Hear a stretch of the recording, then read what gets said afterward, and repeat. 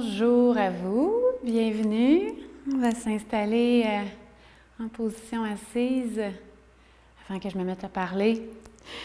Question de s'installer le plus rapidement possible. Comment ça va à votre côté? Comment ça se passe?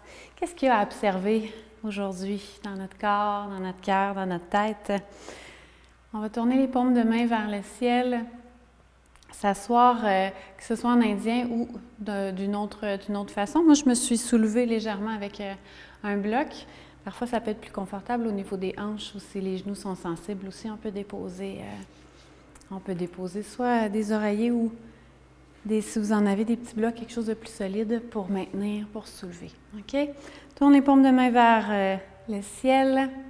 On ramène les bras près du corps, près des côtes. Et on va prendre un moment pour simplement porter l'attention et toute l'attention sur la respiration, sur le souffle, qui est notre rythme à nous, notre baromètre personnel. L'air qui entre et qui ressort par le nez. Et les paumes tournées vers le ciel, c'est un mudra, une position des mains qu'on appelle Hasta Mudra. Hasta qui veut dire main, justement. Et de par les mains, on reçoit. On éveille le corps à ce qui est autour de nous, à ce qui peut être bon pour nous. Et on signifie aussi avec le corps qu'on est prêt à recevoir. Et peu importe le moment de la journée, c'est une petite pause qu'on se permet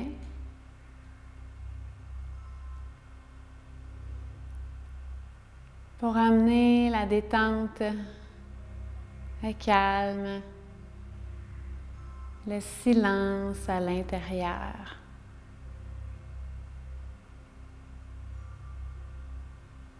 On meuble souvent le silence. Comme si ça rendait mal à l'aise. Et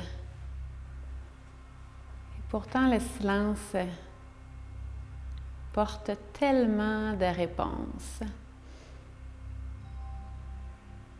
Et tranquillement, doucement, on va ouvrir les yeux,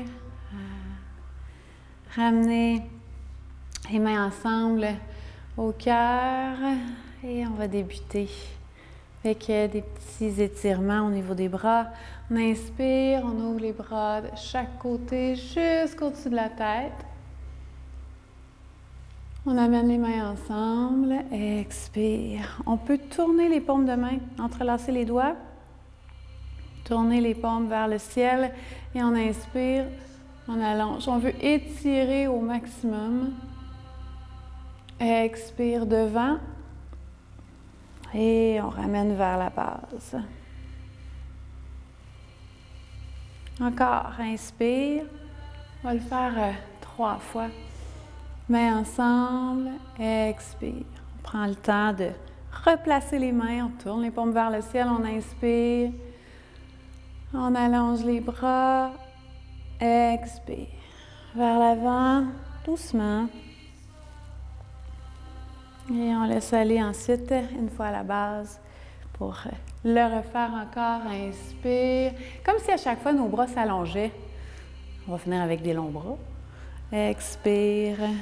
Mains ensemble, on tourne les paumes vers le ciel. Inspire, on allonge. Expire. Devant.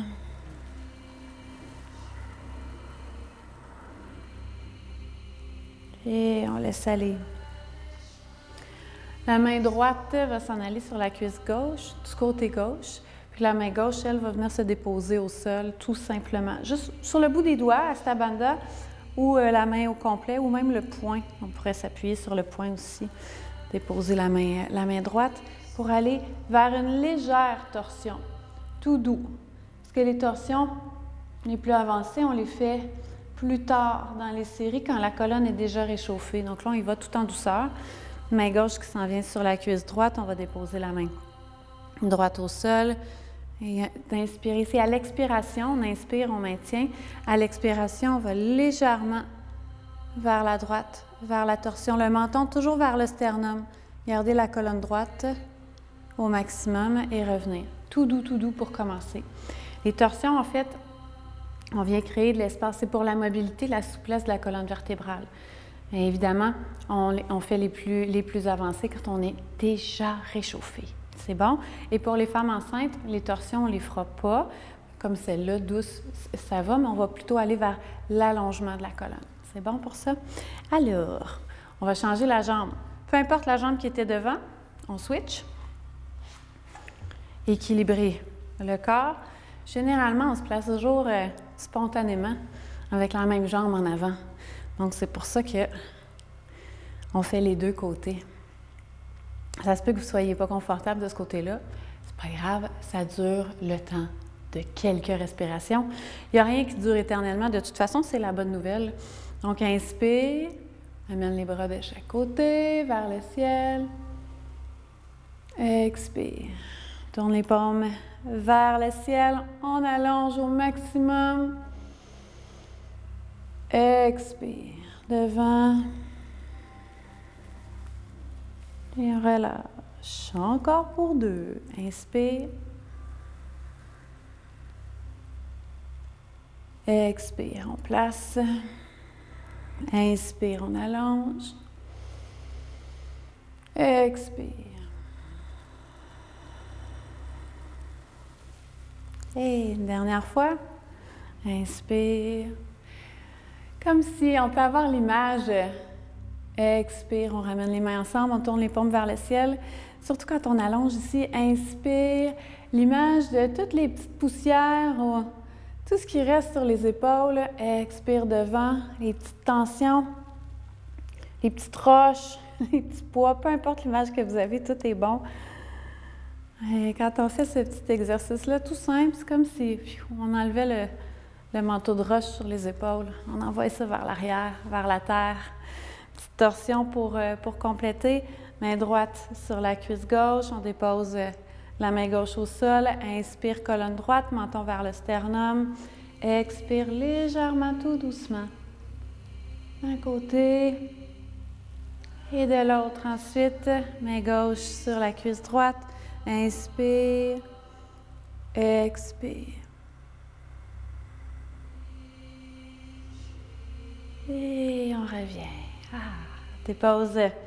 On va enlever le bloc ou le coussin ou ce que vous aviez pour vous installer. S'installe sur les genoux, les mains en ligne avec les épaules. D'abord. Ensuite, d'ici, on passe avec les pieds collés. Les genoux vont être ouverts. Ça va dépendre de chacun d'entre nous. On va aller déposer les fesses contre les talons. Si c'est douloureux pour les genoux, on peut toujours mettre un coussin ou une couverture entre les cuisses et les jambes. Se soulever légèrement. On allonge les bras vers l'avant, on dépose le front au sol. Posture qu'on appelle Balasana. Une posture qui détend, en fait, qui nous soulage du stress, de la fatigue aussi. Qui allonge la colonne et détend les lombaires tout en douceur.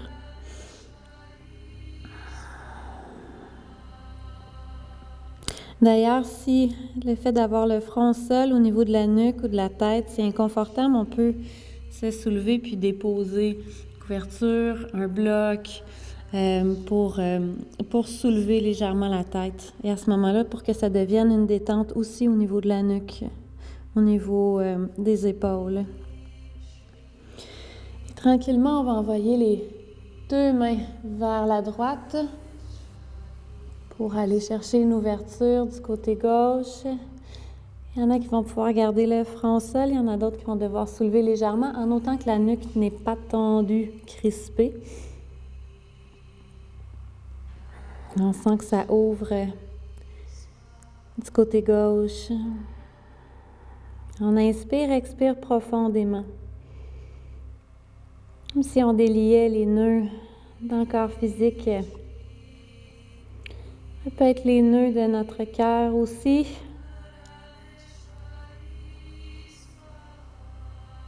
Dernière respiration. On expire par la bouche vers la terre.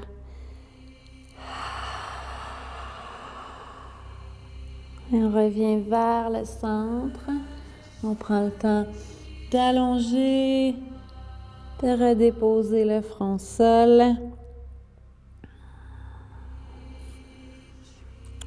Et de se diriger vers la gauche avec les deux mains. 1, 2. Sentir le côté droit.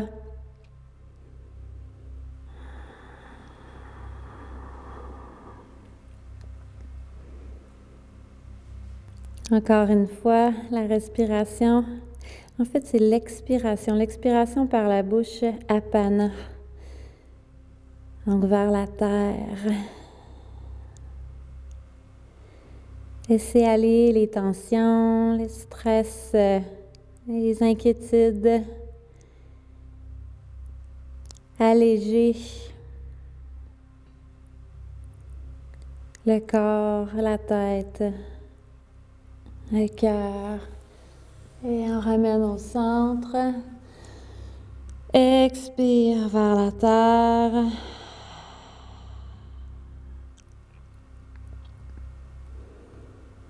Et on va remonter doucement. D'abord, en étant assis sur les talons pour permettre l'ouverture ici du cœur. Soit les mains de chaque côté, hein, si les épaules sont sensibles. Sinon, on entrelace les doigts, on roule les épaules vers l'arrière. Et on vient s'installer ensuite à quatre pattes. Mains sous les épaules. Ensuite, c'est maintenant ou jamais qu'on va placer notre levée de jambe. On commence, on va y aller tranquillement. D'abord pour étirer les ischio-jambiers. Inspire, le cœur va être vers l'avant, donc le nombril vers la terre. Les bras restent tendus. À l'expiration, on plante les orteils dans le tapis, pousse les hanches vers le ciel. Adho Mukha Svanasana, on pousse les talons vers l'arrière, vers la terre. Que les talons touchent au sol ou pas, c'est pas ça qui est important ici, c'est vraiment que la colonne soit droite. Donc souvent, pour compenser puis aller plus loin vers la terre, on va arrondir la colonne. À ce moment-là, on veut plutôt que les bras soient tendus, que le cœur soit vers la terre, quitte à plier légèrement les genoux pour maintenir l'intégrité dans la posture. On va revenir sur les genoux, on va faire ça quelques fois. On devrait le sentir à l'arrière des jambes quand même. OK, inspire, le nombril vers la terre, le cœur vers l'avant, les bras tendus.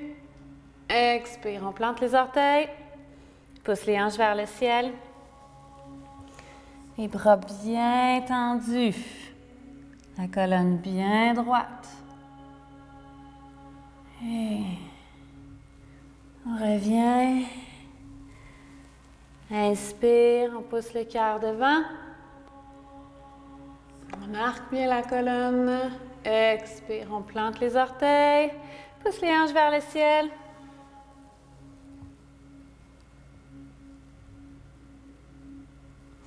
Et on revient. OK. Donc d'ici, vous allez avoir le choix. On a toujours le choix en yoga. Profitez-en, parce que des fois, on n'a pas toujours le choix. Hein? Les mains sous les épaules. Si vous voulez pour la levée de jambe, c'est-à-dire que la jambe droite va s'en venir en avant.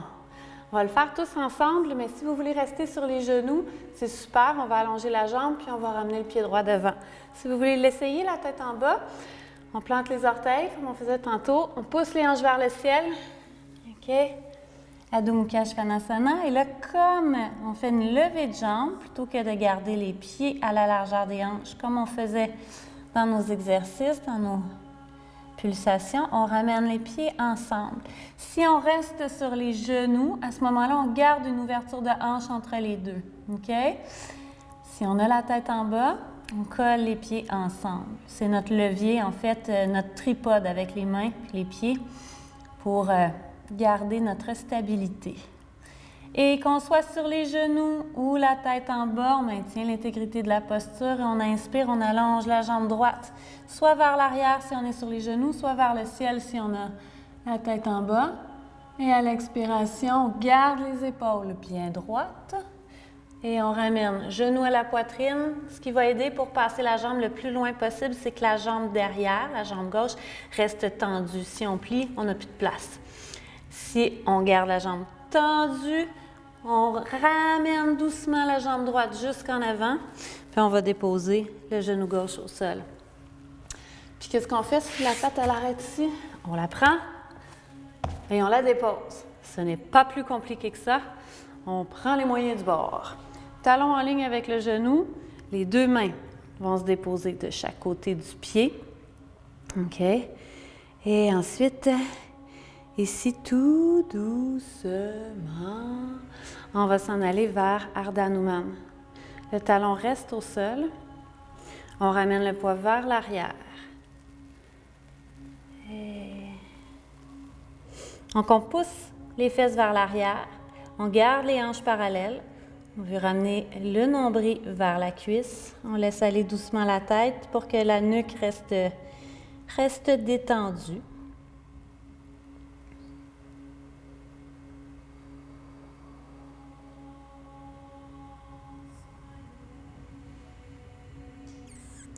Encore une respiration. Et on ramène devant, tout doucement. OK. Et ici, le pied gauche va s'en aller vers la jambe droite. On va aller le déposer et on va se soulever.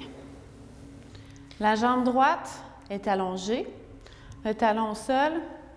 On garde la main, en fait, on va garder la main droite sur la cuisse ou sur la jambe. Ça va dépendre de notre possibilité de descendre. S'il y en a qui ont le genou sensible, à gauche, on met une couverture. En dessous, on rend moelleux le plus possible ce sur quoi on dépose le genou.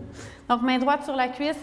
Avec la main gauche, on vient déposer la main au cœur pour descendre. Mais je ne veux pas qu'on s'appuie sur le genou directement. C'est soit en haut, soit en bas. C'est bon pour ça? Donc, si on reste plus haut, c'est correct.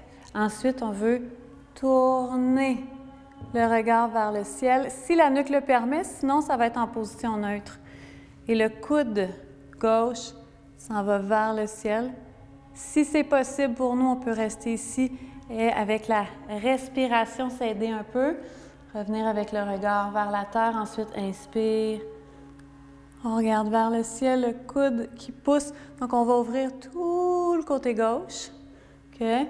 Et si c'est possible pour nous, allonger le bras au complet, on va le faire et amener le bras au-dessus de la tête. Comme si on voulait aller coller le bras sur l'oreille gauche. Donc, ouverture latérale. On va sentir l'ouverture, comme si on décollait chacune des côtes pour aller créer de l'espace entre les côtes. Augmenter notre capacité respiratoire. Et on ramène doucement. Inspire, bras vers le ciel.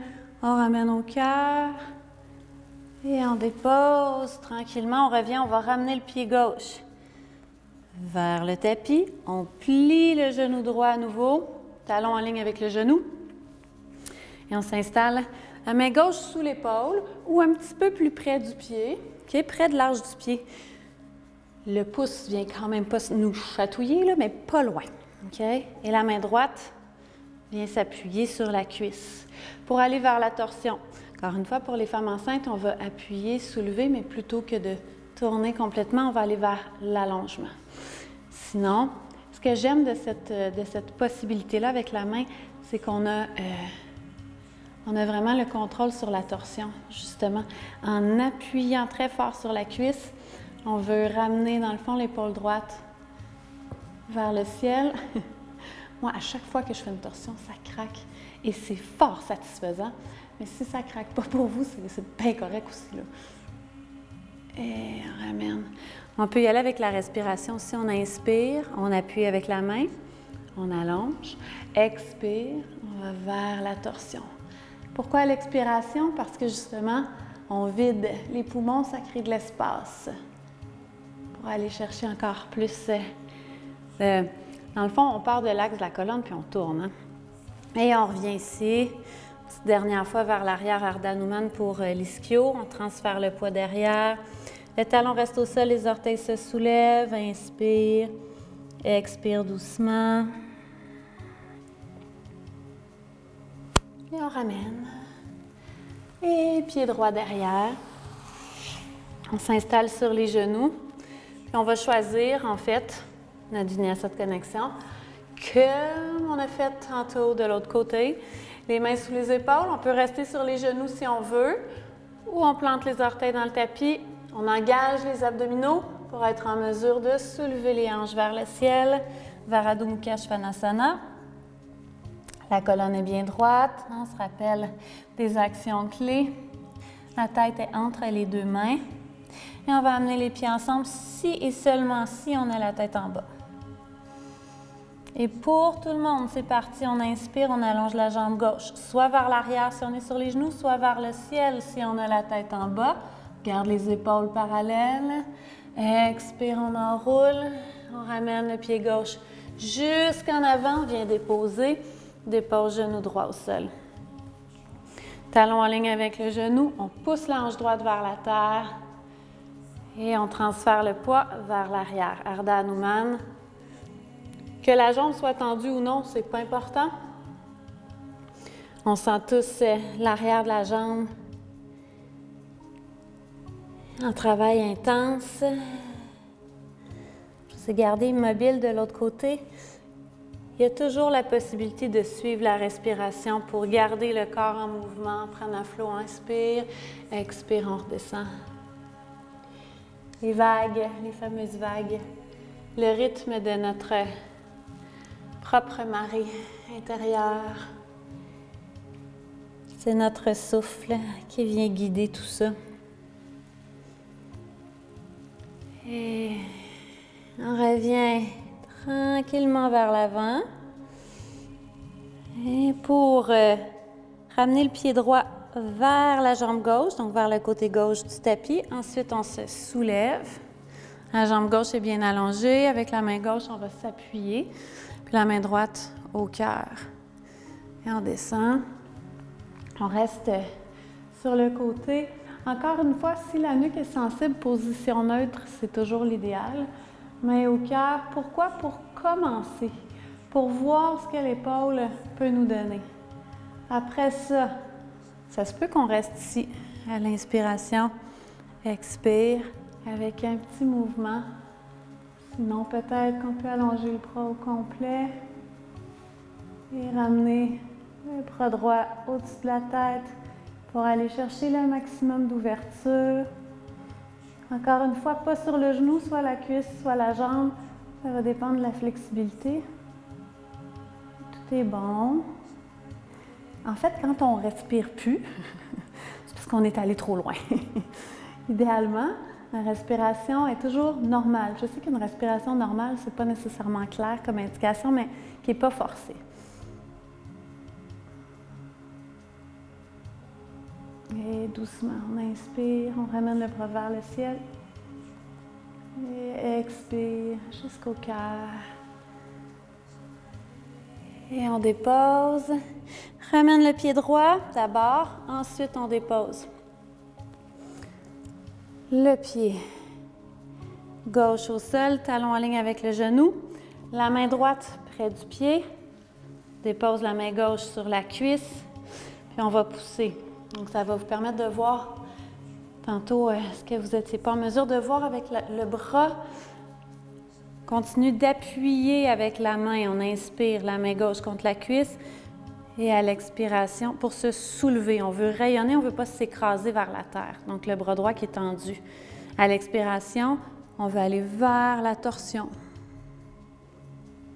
Plus on expire, plus on est en mesure d'aller jusqu'au bout de notre mouvement. On peut revenir, inspire, on allonge, on veut rayonner vers le haut. Ensuite, expire vers la torsion. Et dernière fois, inspire. C'est vraiment le premier krama pour la torsion avec la main sur la cuisse. La première étape. Et on revient. Dernière fois. Vers l'arrière. Les mains s'appuient au sol ou sur des blocs. Des fois, d'être soulevé, ça vient nous donner juste un petit peu plus d'espace pour justement être en mesure de garder juste la posture, les hanches. Si on a besoin de cet espace-là, on va aller le chercher avec les blocs.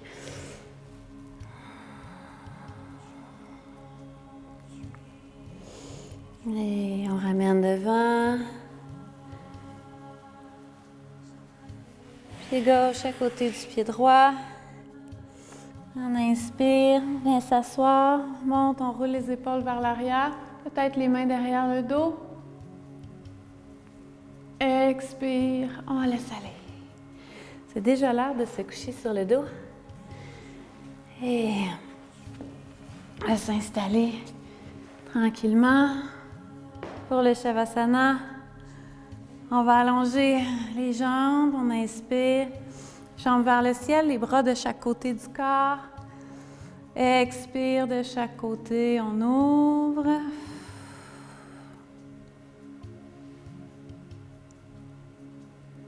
Inspire. Expire. Encore une fois pour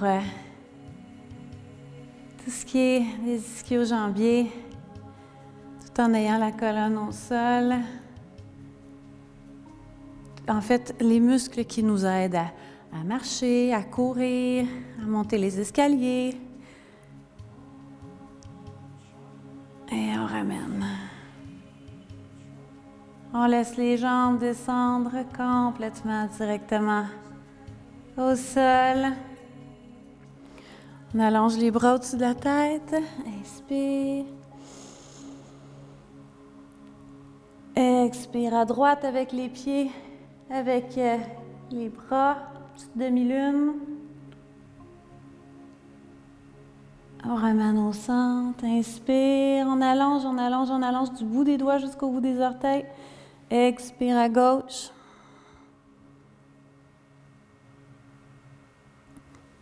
Et on ramène au centre. Les pieds vont tomber naturellement de chaque côté.